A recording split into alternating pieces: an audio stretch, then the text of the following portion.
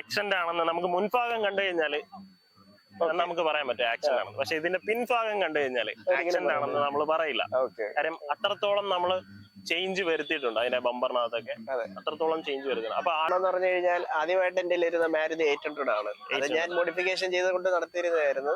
അപ്പോൾ അത് കണ്ടപ്പോൾ ഒരു ദിവസം ഇനി ഒരു ആക്സെന്റ് മോഡിഫിക്കേഷൻ OLX കണ്ടു. വേറെ വണ്ടി എടുക്കണമെന്ന് നമ്മൾ സ്വാഭാവികമായിട്ട് ചെറിയ വണ്ടി ഓടിച്ച് പലതിലോട്ട് പോകാൻ വേണ്ടി നോക്കുമായിരുന്നു. ഇതിന്റെ ഏറ്റവും വലിയ പ്രത്യേകത എന്ന് വെച്ച് കഴിഞ്ഞാൽ ഈ വാഹനത്തിൽ നമ്മൾ ഉപയോഗിച്ചിട്ടുള്ള മോഡിഫിക്കേഷൻ ചെയ്യാനായിട്ട് ഉപയോഗിച്ചിട്ടുള്ള കാര്യങ്ങളെല്ലാം നമ്മൾ കസ്റ്റമായിട്ട് ഹാൻഡ് മെയ്ഡ് ചെയ്തെടുത്തതാണ്, അലോയ് വീൽസ് ഒഴികെ. ഹലോ ഗൈസ്, എല്ലാവർക്കും നമസ്കാരം. ഗാഡി ടോക്സ് എന്ന നമ്മുടെ യൂട്യൂബ് ചാനലിന്റെ മറ്റൊരു വീഡിയോയിലേക്ക് എല്ലാവർക്കും സ്വാഗതം. ഇന്ന് നമുക്കൊപ്പം ഉള്ള വാഹനം ഏകദേശം 1999 മുതൽ 2013 മെയ് വരെയുള്ള കാലഘട്ടത്തിൽ ഇന്ത്യയിൽ ഏറ്റവും കുറവ് യൂണിറ്റുകൾ വിറ്റഴിച്ചിട്ടുള്ള ഒരു വാഹനമാണ്. ഏകദേശം 16,500 യൂണിറ്റുകളാണ് ഈ ഒരു വാഹനം ഇന്ത്യയിൽ ഇത്രയും കാലം, ഏകദേശം ഒരു 14 വർഷത്തോളം വിറ്റഴിച്ച യൂണിറ്റുകളുടെ എണ്ണം എന്ന് പറയുന്നത്. ആ ഒരു വാഹനം മറ്റൊന്നുമല്ല, ഹ്യുണ്ടായുടെ ആക്സെന്റ് എന്ന് പറയുന്ന വാഹനമാണ് ഇന്ന് ഈ വീഡിയോയിൽ നമുക്കിപ്പോൾ ഉള്ളത്. അപ്പോൾ ഈ വാഹനത്തിന്റെ വിശേഷങ്ങളാണ് നമ്മുടെ ഇന്നത്തെ ഈ വീഡിയോയിൽ ഉൾപ്പെടുത്തിയിരിക്കുന്നത്. ഈ വാഹനത്തിന്റെ വിശേഷം എന്ന് പറയുമ്പോൾ നമ്മുടെ ഈ ഒരു ചാനൽ വഴി, ഞാൻ നേരത്തെ പറഞ്ഞിട്ടുള്ള കാര്യമാണ്, നമ്മുടെ ഈ ഒരു ചാനൽ വഴി നമ്മൾ വീഡിയോ ചെയ്യുമ്പോൾ ഉദ്ദേശിക്കുന്നതെന്ന് വെച്ച് കഴിഞ്ഞാൽ വണ്ടിയുടെ സ്പെസിഫിക്കേഷനോ കാര്യങ്ങളോ ഒന്നുമല്ല, അതിൻ്റെ ഒരു യൂസർ എക്സ്പീരിയൻസ്. നാളെ ഒരു കാലത്ത് ഒരാൾ ഈ ഒരു വാഹനം വാങ്ങുകയാണെന്നുണ്ടെങ്കിൽ ഈ വാഹനത്തിന് എന്തൊക്കെ തരത്തിലുള്ള പ്രശ്നങ്ങളുണ്ട്, അല്ലെങ്കിൽ ഇത് കൊണ്ടു നടക്കുമ്പോൾ എന്തൊക്കെ കാര്യങ്ങളാണ് ശ്രദ്ധിക്കേണ്ടത് എന്നൊക്കെയാണ് നമ്മുടെ ഈ ഒരു വീഡിയോ കൊണ്ട് ഞാൻ ഉദ്ദേശിക്കുന്നത്. അപ്പോൾ ഗാഡി ടോക്സിന്റെ മറ്റൊരു വീഡിയോയിലേക്ക് എല്ലാവർക്കും സ്വാഗതം.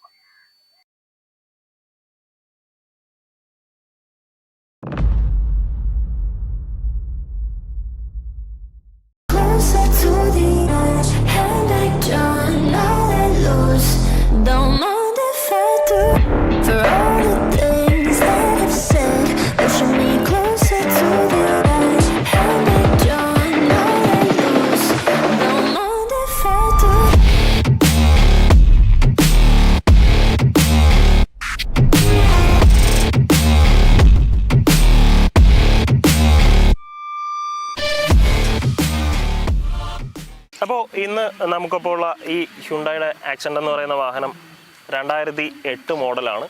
നമുക്ക് ഈ വാഹനം കാണുമ്പോൾ തന്നെ അറിയാം, ഇതിൻ്റെ ഒരു പെയിൻറ്റിങ് ആയാലും മോഡിഫിക്കേഷൻ വർക്കുകളൊക്കെ ആണെങ്കിലും വളരെ മനോഹരമായിട്ട് തന്നെ ചെയ്തിട്ടുണ്ട്. അത് മറ്റാരും ചെയ്തതല്ല. നമ്മുടെ എല്ലാ വീഡിയോസിലും നമ്മൾ പറയാറുള്ളത് പോലെ തന്നെ പ്രോട്ടസ് കസ്റ്റംസ് ആണ് ഈ വാഹനത്തിൻ്റെ മുഴുവനായിട്ടുള്ള ഇൻറ്റീരിയറും എക്സ്റ്റീരിയറും മോഡിഫിക്കേഷൻ വർക്കുകളും എല്ലാം ചെയ്തിരിക്കുന്നത്. അപ്പോൾ ഈ ഒരു വാഹനം ഞാൻ നേരത്തെ പറഞ്ഞു, ഏകദേശം 16,500 യൂണിറ്റുകൾ മാത്രമാണ് ഇന്ത്യയിൽ ടോട്ടലായിട്ട് വിറ്റിട്ടുള്ളത്. അതിൻ്റെ കാര്യം എന്താണെന്ന് വെച്ച് കഴിഞ്ഞാൽ ഈ വാഹനത്തിൻ്റെ മൈലേജ് വളരെ കുറവായിരുന്നു. ഏകദേശം 10 മുതൽ 11 വരെയായിരുന്നു ഈ ഒരു വാഹനത്തിന് അന്നത്തെ കാലത്ത് കിട്ടിക്കൊണ്ടിരുന്ന മൈലേജ്. അത് നമ്മുടെ ഇന്ത്യൻ നിരത്തിൽ നമുക്ക് താങ്ങാൻ കഴിയുന്നതിൽ അപ്പുറമായിരുന്നു ആ വാഹനത്തിൻ്റെ മൈലേജ് കുറവ് എന്ന് പറയുന്നത്. അത് തന്നെയാണ് മെയിനായിട്ടും ഈ ആക്സെന്റ് എന്ന് പറയുന്ന ഈ ഒരു വണ്ടി ഇന്ത്യയിൽ നിന്നും ടോട്ടലായിട്ടും കമ്പനി നിർത്താനുള്ള കാരണം. ഏകദേശം ഞാൻ പറഞ്ഞു 14 വർഷത്തോളം ഈ ഒരു വാഹനം ഇന്ത്യയിൽ ഉണ്ടായിരുന്നിട്ടും 16,000 യൂണിറ്റുകൾ അല്ലെങ്കിൽ 16,500 യൂണിറ്റുകൾ മാത്രമാണ് ഈ ഒരു വാഹനം വിറ്റഴിച്ചിട്ടുള്ളത്. പിന്നീട് നമ്മൾ വണ്ടിയുടെ കാര്യങ്ങളിലേക്ക് കടക്കുകയാണെന്നുണ്ടെങ്കിൽ അതിമനോഹരമായിട്ടുള്ള ഒരു ഫ്രണ്ട് ഹെഡ്ലൈറ്റ് യൂണിറ്റ് നൽകിയിട്ടുണ്ട്. അതിനോടൊപ്പം തന്നെ ഹ്യുണ്ടായുടെ ബാഡ്ജിങ് വരുന്ന ഒരു ലോഗോ വരുന്ന ഒരു ഗ്രില്ല് അതിൻ്റെ ഫ്രണ്ടിൽ കാണാം. ഇതിനകത്ത് നമ്മൾ എക്സ്ട്രാ ചെയ്തിട്ടുള്ളതെന്ന് വെച്ച് കഴിഞ്ഞാൽ അടിയിലായിട്ട് ഒരു ലിപ്പ് നമ്മൾ സെറ്റ് ചെയ്തിട്ടുണ്ട്. അതിനകത്ത് തന്നെ DRL നമ്മൾ സെറ്റ് ചെയ്തിട്ടുണ്ട്. അതുപോലെ തന്നെ വണ്ടിയുടെ കംപ്ലീറ്റ് ആയിട്ടുള്ള പെയിൻറ്റിങ് വർക്കുകൾ ചെയ്തിട്ടുണ്ട്. ഈ വണ്ടി ഏറ്റവും മനോഹരം എങ്ങനെയാണെന്ന് ചോദിച്ചു കഴിഞ്ഞാൽ ഇതിൻ്റെ ബാക്കിൽ നിന്നുള്ള വ്യൂ ആണ് ഈ വണ്ടിയുടെ ഏറ്റവും മനോഹരമായിട്ടുള്ള കാര്യം. അതിൻ്റെ കാരണം എന്ന് വെച്ച് കഴിഞ്ഞാൽ നമ്മൾ കസ്റ്റമായിട്ട് ചെയ്തെടുത്തിട്ടുള്ള ഒരു ബമ്പറാണ് ഈ ഒരു വാഹനത്തിന് കൊടുത്തിരിക്കുന്നത്. ഇപ്പോൾ നിങ്ങൾ കാണുന്ന പോലെ തന്നെ ഈ കാണുന്നതാണ് ഈ വാഹനത്തിൻ്റെ ബാക്കിൽ നിന്നുള്ള വ്യൂ എന്ന് പറയുന്നത്. അപ്പോൾ ഫുള്ളായിട്ട് നമ്മൾ പെയിൻറ്റിങ് ചെയ്ത സമയത്ത് നമ്മൾ റൂഫിന് ബ്ലാക്ക് ഫിനിഷ് കൊടുത്തിട്ടുണ്ട്. വാഹനം പൂർണ്ണമായിട്ടും വെള്ളയിലാണ് നിൽക്കുന്നത്. അതുപോലെ തന്നെ ഇതിൻ്റെ ഇൻറ്റീരിയർ ഭാഗങ്ങളിലെല്ലാം കംപ്ലീറ്റ് ആയിട്ടുള്ള ഇൻറ്റീരിയർ വർക്കുകളും നമ്മൾ ചെയ്തിട്ടുണ്ട്. അപ്പോൾ വശങ്ങളിലേക്ക് വരുന്ന സമയത്ത് ഒരു GTR പ്രോയുടെ 15 ഇഞ്ച് അലോയ് വീൽസ് നൽകിയിട്ടുണ്ട്. പിന്നെ നമ്മൾ കസ്റ്റമായിട്ട് ചെയ്തെടുത്ത ഒരു സൈഡ് സ്കേർട്ട് നൽകിയിട്ടുണ്ട്. അതുപോലെ തന്നെ നമ്മൾ ഡോർ ഹാൻഡിൽസ് ബ്ലാക്ക് ആക്കിയിട്ടുണ്ട്. അതെല്ലാം മനോഹരമായിട്ടുണ്ട്. ഇതിൻ്റെ സൈഡിൽ നിന്നുള്ള വ്യൂവിൽ ഏറ്റവും അട്രാക്റ്റീവ് എന്ന് പറയുന്നത് ആ GTR പ്രോയുടെ 15 ഇഞ്ചിൻ്റെ വീൽസ് തന്നെയാണ്.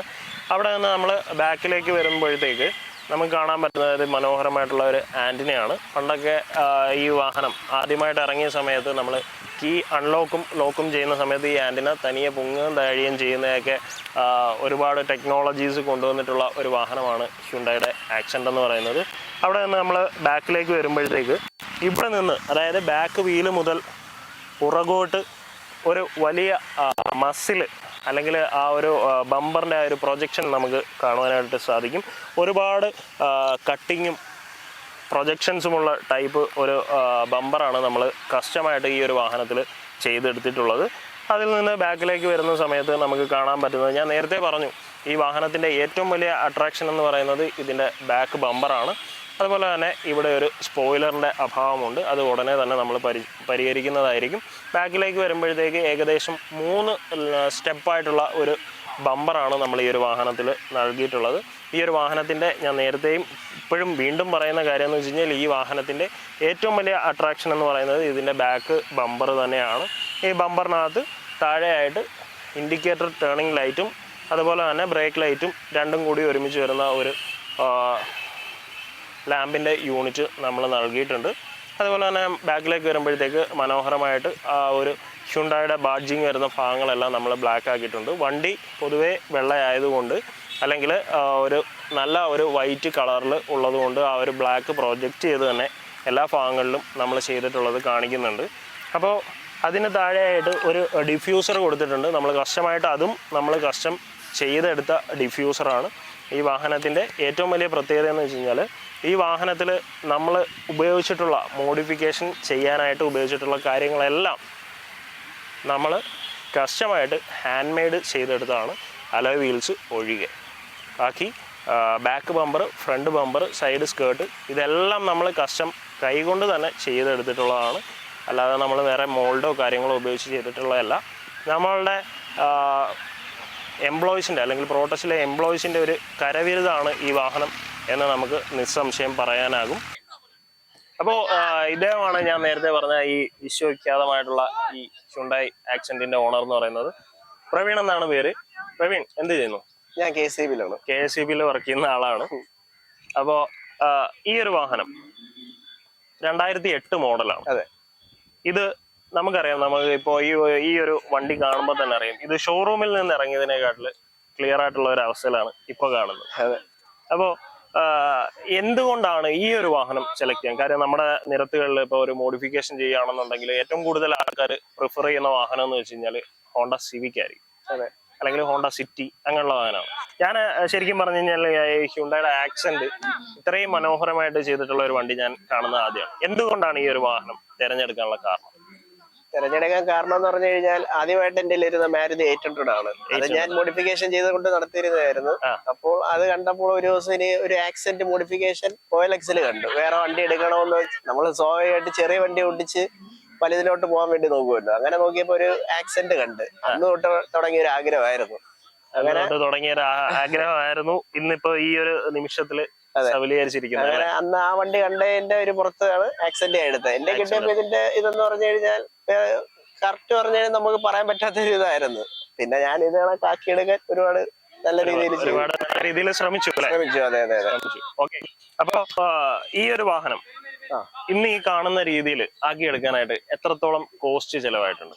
കോസ്റ്റ് ഒരുപാട് ചെലവായിട്ടുണ്ട്. കാര്യം എന്ന് പറഞ്ഞു കഴിഞ്ഞാൽ, ഞാൻ എന്റെ വന്നതിന് ശേഷം ഈ രീതിയിലാക്കിയാൽ നല്ല രീതിയിൽ കാശ് ചെയ്തിട്ടുണ്ട്. കാര്യം എന്ന് പറഞ്ഞാൽ, ആദ്യം ഇതിന്റെ ഇത് റൂഫ് റെയിലും കാര്യങ്ങളും എല്ലാം ഉണ്ടായിരുന്നു. പിന്നെ MVDയുടെ പിടുത്തങ്ങളും കാര്യങ്ങളും കൊണ്ട് അതെല്ലാം മാറ്റി പിന്നെ ഒരു സ്റ്റോക്ക് കണ്ടീഷനിലോട്ട് മാറ്റിയതാണ്. സ്റ്റോക്ക് കണ്ടീഷനിലേക്ക് മാറ്റി ഇപ്പൊ വീണ്ടും തിരിച്ച് ആ ഒരു ഇതിലോട്ട് മാറിയിരിക്കുകയാണ്. അപ്പൊ എങ്കിലും ഏകദേശം ഒരു എത്രത്തോളം കോസ്റ്റ് ചെലവായിട്ട്? വണ്ടിയുടെ വില അല്ല, വണ്ടിയുടെ അല്ല, ഏകദേശം ഒരു 70 രൂപ എന്തായാലും ആയിട്ടുണ്ട്. 70,000 രൂപയോളം ചെലവായിട്ടുണ്ട്. അതായത് ഫുൾ പെയിന്റിങ് കാര്യങ്ങൾ അത് ഞാൻ ബോഡിയുടെ കാര്യം മാത്രമാണ് പറയുന്നത്. പിന്നെ അലയുടെ വരുവാണെങ്കിൽ അത് എക്സ്ട്രാ വരും. ടയർ എല്ലാം കൂടി വരുവാണെങ്കിൽ എല്ലാം കൂടെ ശരിക്കും പറഞ്ഞു കഴിഞ്ഞാൽ ഒരു 1.5 ലക്ഷം രൂപയുടെ ഒരു മുതലാണ് ഈ കിടക്കുന്നത്. ഓക്കെ. അപ്പോ ഈ ഒരു വാഹനം സെലക്ട് ചെയ്ത സമയത്ത് എപ്പോഴെങ്കിലും, ഇന്നിപ്പോ ഈ നിമിഷം വരെയുള്ള കാര്യമാണ് ഞാൻ ചോദിക്കുന്നത്, എപ്പോഴെങ്കിലും ഈ ഒരു വാഹനം എടുക്കണ്ടായിരുന്നു അല്ലെങ്കിൽ ഈ ഒരു വണ്ടിയുടെ ആവശ്യം ഇല്ലായിരുന്നു, അന്ന് എനിക്ക് തോന്നിയ ഒരു തോന്നല് വെറുതെ ആയിരുന്നു എന്ന് തോന്നിയിട്ടുണ്ടോ? ഒരു കാരണവശാലും തോന്നിയിട്ടില്ല. കാര്യം എന്ന് പറഞ്ഞു കഴിഞ്ഞാൽ ഈ വണ്ടി ഇപ്പം 1,12,000 കിലോമീറ്റർ ആയി. ഇതിപ്പോ വേണമെങ്കിൽ ഓടിച്ചു നോക്കാം. ഇതുവരെ ഒരു അടിയാവട്ടെ സൗണ്ട് ആവട്ടെ ഒന്നുമില്ല. വെൽ മെയിൻറ്റൈൻഡ് ആയിട്ട് കൊണ്ടുപോയാണ് നമുക്ക് ഓട്ടിക്കുന്ന, നമുക്ക് മനസ്സിന് തന്നെ ഒരു സന്തോഷമാണ്. എനിക്ക് ഒരിക്കലും പോലും തോന്നിയിട്ടില്ല ഇത് എടുക്കണ്ടായിരുന്നെന്ന്. നമ്മള് ഓരോ രൂപയും വണ്ടിയിലേക്ക് ചെലവാക്കുമ്പോഴേ ആ വണ്ടി അതിനനുസരിച്ച് നമുക്ക് റെസ്പോൺസ് ചെയ്യുന്നത് പ്രത്യേക ഒരു സന്തോഷമാണ്. ഓക്കെ. ഇപ്പൊ കറന്റ്ലി പെട്രോൾ എഞ്ചിനാണ്. അതെ. എത്ര മൈലേജ് കിട്ടുന്നുണ്ട്? മൈലേജ് എന്റെ ഒരു കണക്ക് വെച്ച് നോക്കുകയാണെങ്കിൽ ഒരു 12-നും 15-നകത്ത് എന്തായാലും കിട്ടുന്നുണ്ട്. 12-നും 15-നകത്ത് കിട്ടുന്നുണ്ട്. പക്ഷെ ഈ കമ്പനി ഈ ഹ്യുണ്ടായി ആക്സെന്റ് ഇറങ്ങിയ സമയത്ത് ഏറ്റവും കൂടുതൽ പരാതികൾ വന്നിരുന്ന ഇതിന്റെ ഒരു മൈലേജിനെ പറ്റിയായിരുന്നു. കാര്യം അന്ന് കമ്പനി 2003 ആ ഒരു ടൈമിലൊക്കെ അതിന്റെ സെക്കൻഡ് വേരിയേഷൻ ഇറങ്ങിയ സമയത്ത് 10 മുതൽ 12 വരെ ആയിരുന്നു മാക്സിമം മൈലേജ് പറഞ്ഞത്. എനിക്ക് തോന്നുന്നു 2003 മുതൽ 2006 വരെ ഇറങ്ങിയ വണ്ടികളിലെല്ലാം ഒരു 10 to 12 ആയിരുന്നു മാക്സിമം മൈലേജ്. എന്നിട്ട് കമ്പനി അതിനകത്തുനിന്ന് കൂട്ടാൻ നോക്കി. പക്ഷെ അപ്പോഴേക്കും വണ്ടിയുടെ മാർക്കറ്റ് ടോട്ടലി ലോസ് ആയി പോയി. ശരിക്കും പറഞ്ഞാൽ ഈ ഒരു വണ്ടി അവിടെ നമ്മുടെ പ്രോട്ടച്ചിൽ വന്ന സമയത്ത് ഞാൻ എങ്ങനെ ആലോചിച്ചായിരുന്നു, ഈ ആക്സെന്റ് ഒക്കെ എടുത്തിട്ട് ആരെങ്കിലും ഈ മാതിരി പണി ചെയ്യോ? എന്റെ അടുത്ത് ഒരുപാട് പേര് ചോദിച്ചായിരുന്നു. എന്റെ ഒരു ഫ്രണ്ട് പഴയ വണ്ടിയിൽ നമ്മൾ എന്തിനാ ഇതേണൊക്കെ ചെയ്യുന്നതെന്ന് ചോദിച്ചായിരുന്നു. അപ്പോൾ ഞാൻ പറഞ്ഞ മറുപടി എന്ന് പറഞ്ഞാൽ അത് നമ്മളൊരു സന്തോഷമാണ്. കാര്യം എന്ന് പറഞ്ഞാൽ വണ്ടി നമ്മളെ ഒരിക്കലും ചതിക്കത്തില്ല. നമ്മൾ എങ്ങനെ കൊണ്ടു നടക്കുന്നോ അതേ കണക്ക് തിരിച്ച് വണ്ടി നമ്മളെ സ്നേഹിക്കും. നമ്മളെ വണ്ടിയെ കയറി ചെയ്യുന്നതനുസരിച്ച് വണ്ടി തിരിച്ചുമായിട്ട് ഞാൻ ഒരുപാട് ലോങ് പോയിട്ടുണ്ട്, ഒരുപാട് സ്ഥലത്ത് പോയിട്ടുണ്ട്. ഒരു സ്ഥലത്ത് പോലും എന്നെ ഇത് വഴിയിലിട്ടിട്ടില്ല. ആ ഒരു വിശ്വാസം തന്നെയാണ് വീണ്ടും വീണ്ടും ഇതിനകത്തേക്ക് പൈസ ഇറക്കാനുള്ള ഒരു കാരണം. ഓക്കെ. അപ്പോ നമ്മളിപ്പോ പ്രോട്ടസില് ഈ കിറ്റും കാര്യങ്ങളും എല്ലാം ചെയ്തു, കസ്റ്റം ചെയ്തതാണ്. ഈ കിറ്റ് എങ്ങനെയുണ്ട്? ഇത് നമ്മൾ റോഡിൽ കൊണ്ടു നടക്കുന്ന സമയത്ത് ആൾക്കാരുടെ ഒരു റെസ്പോൺസ്, പിന്നെ പ്രവീണിന് സ്വന്തമായിട്ട് തോന്നുന്ന ഒരു കാര്യം ഞാൻ ചോദിച്ചത്, പ്രവീൺ ഇപ്പൊ OLX കണ്ടിട്ടാണ് ഈ ഒരു വണ്ടി എടുത്തത്, ഇതേപോലെ ചെയ്തത്.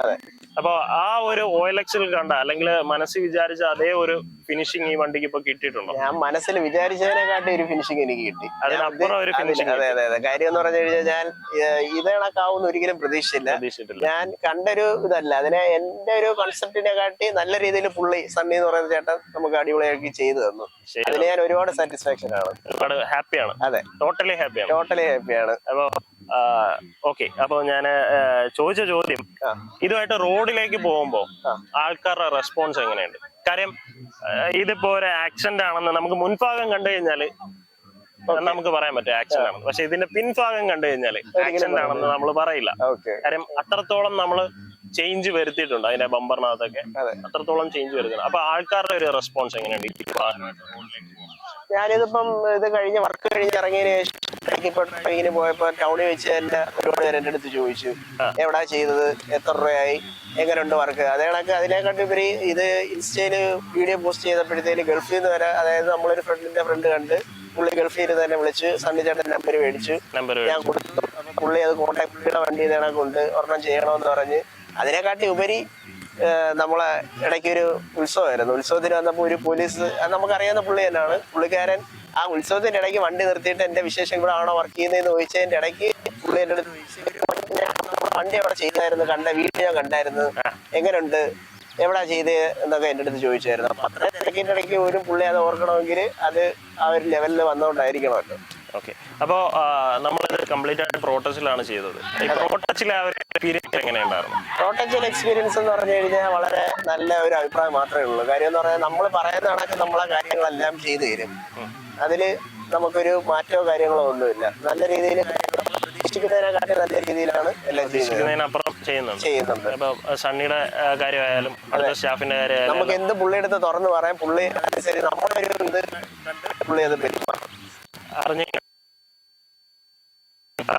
ഇത് ഫസ്റ്റ് നമ്മൾ അവിടുന്ന് ഇറക്കിയ ഒരു വീഡിയോ ഒക്കെ ഉണ്ടല്ലോ.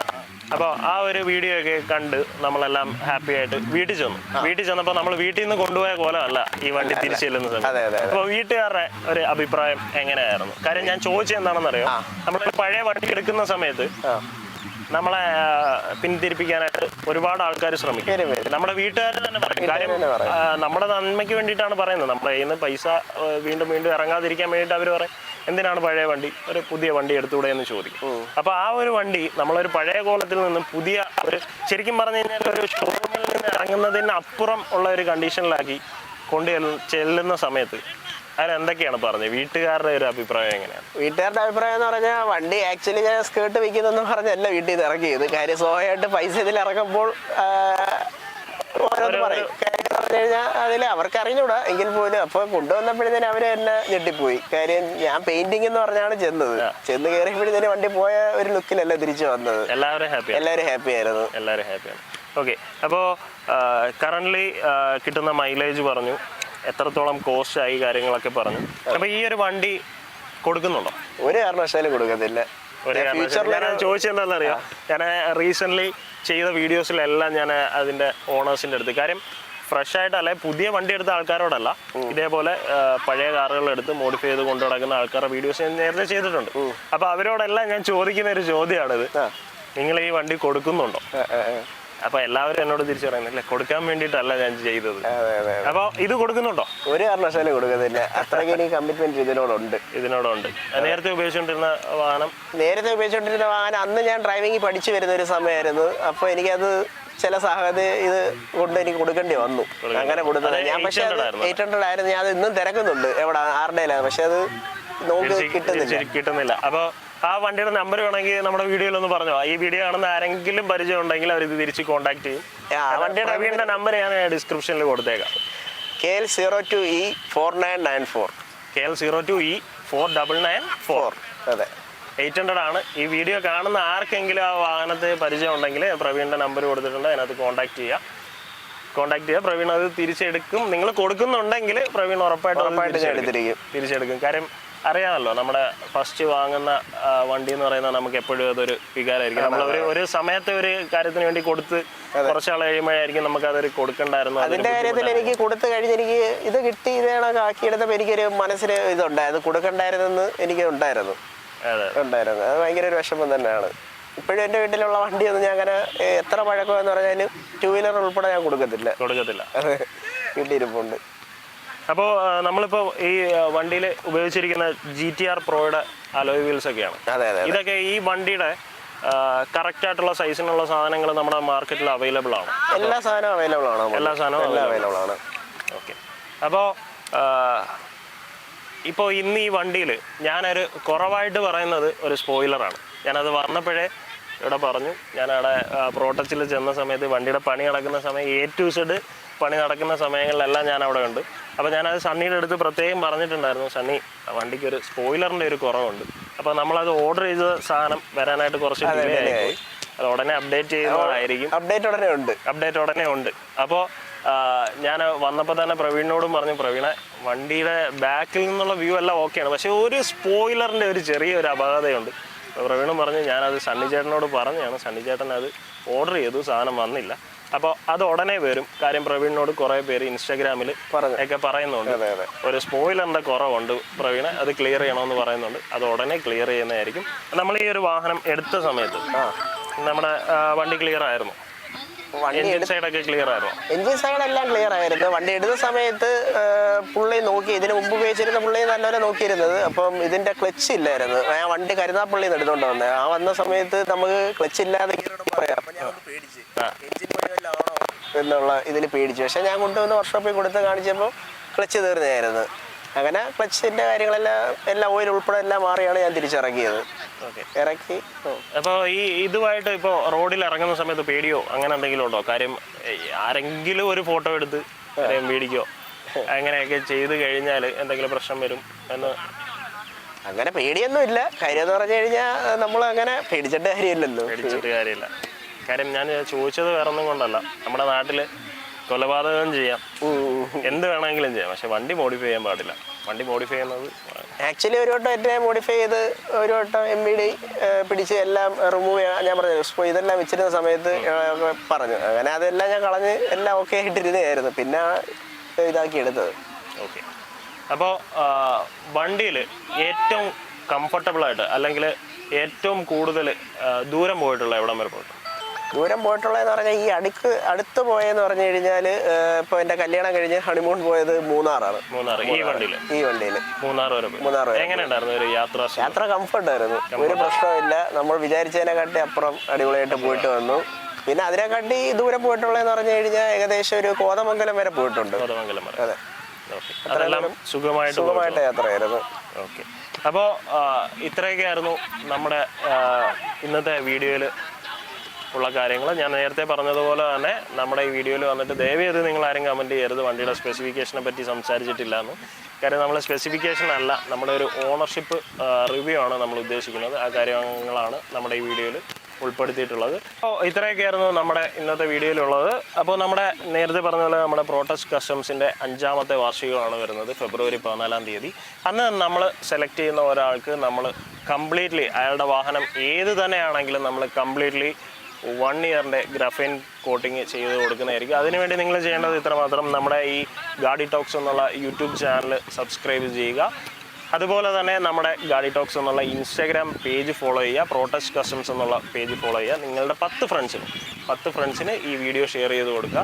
അതിൽ നിന്ന് സെലക്ട് ചെയ്യുന്ന ഒരാളുടെ വാഹനം, അത് ഏത് വാഹനമാണെങ്കിലും നമ്മൾ കംപ്ലീറ്റ്ലി 1 രൂപ പോലും വാങ്ങാതെ നമ്മൾ കംപ്ലീറ്റ് ആയിട്ട് 1 ഇയർ ഗ്രഫൈൻ കോട്ടിങ് ചെയ്ത് കൊടുക്കുന്നതായിരിക്കും. അപ്പോൾ Praveen, thank you for coming. Okay, സുഖമായിട്ടിരിക്കുക, സേഫായിട്ട് യാത്ര ചെയ്യുക. ഓക്കെ, ഉറപ്പായിട്ടും ജീവിതത്തിൽ എല്ലാ കാര്യങ്ങളും നടക്കട്ടെ, ഹാപ്പി ആയിട്ടിരിക്കുക. അപ്പോൾ നിങ്ങൾ ആദ്യമായിട്ടാണ് നമ്മുടെ ചാനൽ കാണുന്നതെന്നുണ്ടെങ്കിൽ നമ്മുടെ ചാനൽ സബ്സ്ക്രൈബ് ചെയ്യുക. അതുപോലെ തന്നെ അതിൻ്റെ അടുത്തുള്ള ബെല്ലൈക്കൺ കൂടി എനേബിൾ ചെയ്ത് വെക്കുക. മറ്റൊരു വീഡിയോയുമായിട്ട്, മറ്റൊരു യൂസർ എക്സ്പീരിയൻസ് വീഡിയോയുമായിട്ട് കാണുന്നവരേക്കും എല്ലാവർക്കും ബൈ.